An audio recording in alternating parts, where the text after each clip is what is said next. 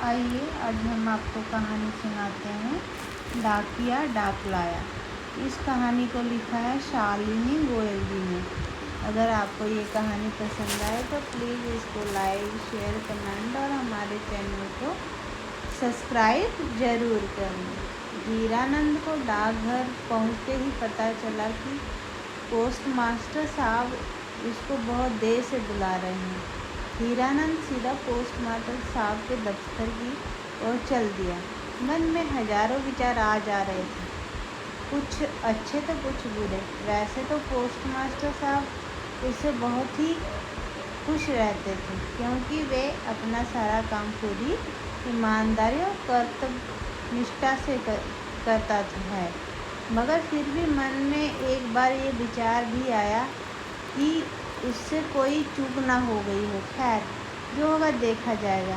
मैं अंदर आ जाऊं साहब? हीरानंद ने पोस्ट मास्टर साहब के कमरे के दरवाजे से आवाज़ लगाई। हाँ भाई हीरानंद, आ जाओ, तुम्हारा ही इंतज़ार कर रहा था। कैसे हो? बैठो, तुमसे कुछ बात करनी है। पोस्ट मास्टर साहब ने कुर्सी पर बैठने का इशारा करते हुए कहा। सब ठीक है साहब, आपकी दुआ है, ऊपर वाले के करम से सब ठीक चल रहा है। हीरानंद ये बोलते हुए कुछ हिचक के साथ कुर्सी पर बैठ गया। हीरानंद, कैसा लग रहा है? अब अगले महीने तुम रिटायर होने वाले हो, क्या सोचा है? आगे क्या करोगे? पोस्ट मास्टर साहब ने बात को आगे बढ़ाते हुए कहा। बस साहब, चैन से नौकरी पूरी हो जाए तो फिर गांव जाकर खेती बाड़ी संभालेंगे, हीरानंद ने जवाब दिया। बच्चे क्या करते हैं? साहब ने दूसरा सवाल पूछा। साहब, बिटिया तो ससुराल की हो गई है और बेटा अभी अभी सरकारी स्कूल में अध्यापक लग गया है। उसकी भी शादी कर दी है, एक पोती भी है मेरी, हीरानंद ने चहकते हुए जवाब दिया। उसे हमेशा इस बात पर गर्व महसूस होता था कि वह एक पढ़े लिखे अध्यापक का पिता है। अरे वाह, मतलब तुम तो नौकरी में ही अपना सारा जिम्मेदारियां पूरी कर चुके हो। बहुत अच्छा, गांव जाकर तुम्हारा तो खूब मन लग जाएगा, फिर तो तुम हमें भूल ही जाओगे, साहब ने हीरानंद का चुटकी लेते हुए कहा। नहीं नहीं साहब, ऐसा कैसे हो सकता है? हम आपको कभी नहीं भूलेंगे, पेंशन लेने तो आएंगे ही ना हम, हीरानंद झेपते हुए बोला। वैसे हीरानंद, तुम जिस एरिया में डाक बांटते हो उस एरिया में अगर तुम्हारे पास बस्सी को लगा दे तो कैसा रहेगा? साहब ने हीरानंद के सामने एक सवाल रख दिया। जैसी आपकी इच्छा, जिसे चाहे लगा दे, मगर बंसी की जगह अगर आप मोहन को दे दें तो ज़्यादा अच्छा होगा, हीरानंद ने साहब को जवाब दिया। मगर ऐसा क्यों चाहते हो?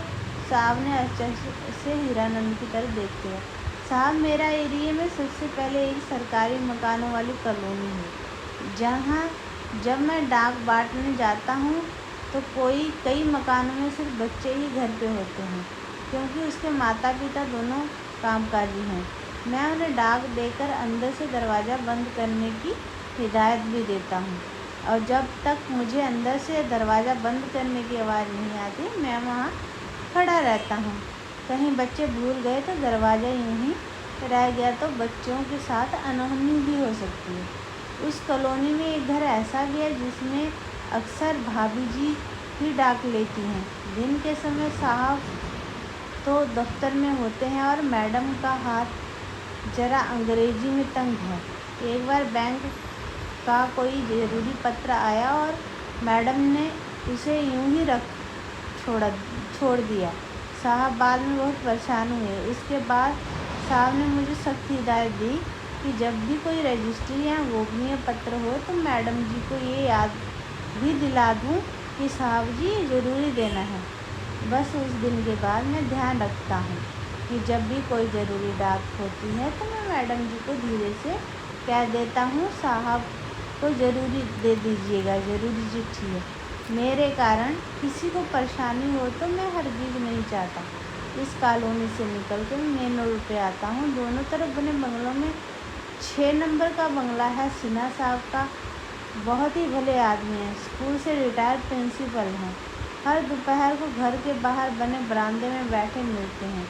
जब भी डाक देने जाता हूँ पानी ज़रूर पिलाते हैं। अगर गर्मी का मौसम होता है ठंडा शरबत और सर्दियों में गुड़ मूँगफली खिलाते हैं। वो हमेशा इस तरह व्यवहार करते हैं जैसे डाकिया नहीं कोई मेहमान आया हो। एक बार उनके बेटे की शादी में जब उसके बहुत सारे मनी ऑर्डर आए और मैं उन्हें देने गया तो उन्होंने कहा कि मैं संभाल कर रख लूँ, शादी के बाद आराम से ले लेंगे। मुझ पर इतना विश्वास दिखाया उन्होंने। आजकल तो कोई अपनों पर नहीं करता।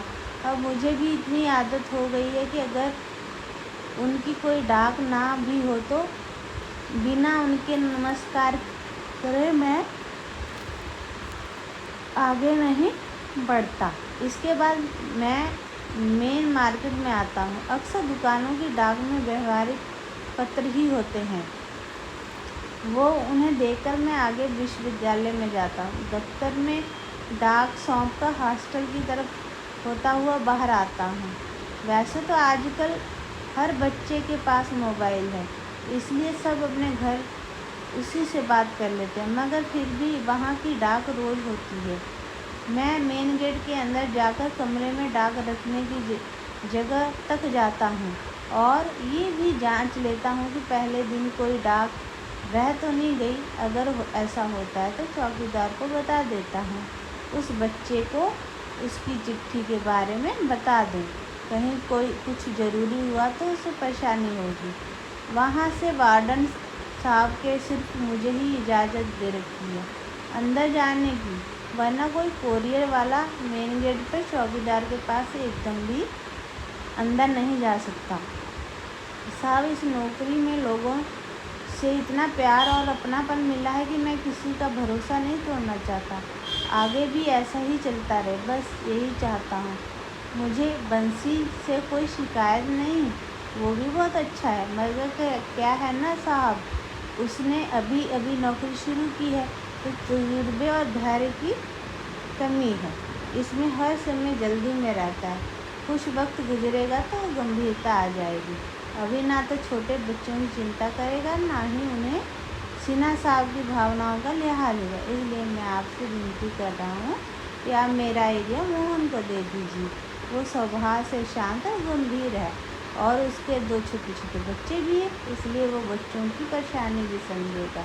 और भाभी जी और सिन्हा साहब दोनों घरों की डाक में तालमेल भी अच्छे से बैठा लेगा। बाकी साहब जैसी आपकी मर्जी। इतना कह के हीरानंद चुप हो गया। इतना देर से चुप बैठे हो? पोस्ट मास्टर साहब बोले। हीरानंद, तुम तो कमाल हो भाई, तुमने तो अपनी ही एक दुनिया बसा रखी है। जिस घर में डाक देते हो वहाँ एक रिश्ता बना बैठे हो। मुझे तो लगता है तुम्हारा काम कोई नहीं कर सकता, न बंसी न मोहन। अपने काम का को सिर्फ तुम ही इतनी अच्छी तरह अंजाम दे सकते। तुम तो वाकई नाम के ही नहीं काम के भी हीरा हो। मैं ऊपर से अफसरों से तुम्हारे एक्सटेंशन की बात करूँगा। पोस्ट मास्टर साहब की बात सुन हीरानंद की आंखें छलक आईं। हाथ जोड़ के साहब की नज़र चुराते हुए वो कमरे से बाहर निकल गया। पोस्ट मास्टर साहब ये सोच के हैरान थे कि आज के युग में उन्हें सच्चे कर्मयोगी के दर्शन हुए। मन ही मन उन्होंने हीरानंद की अपने कार्य के प्रति निष्ठा को नमन किया। इस कहानी को सुनने के लिए आपका बहुत बहुत धन्यवाद।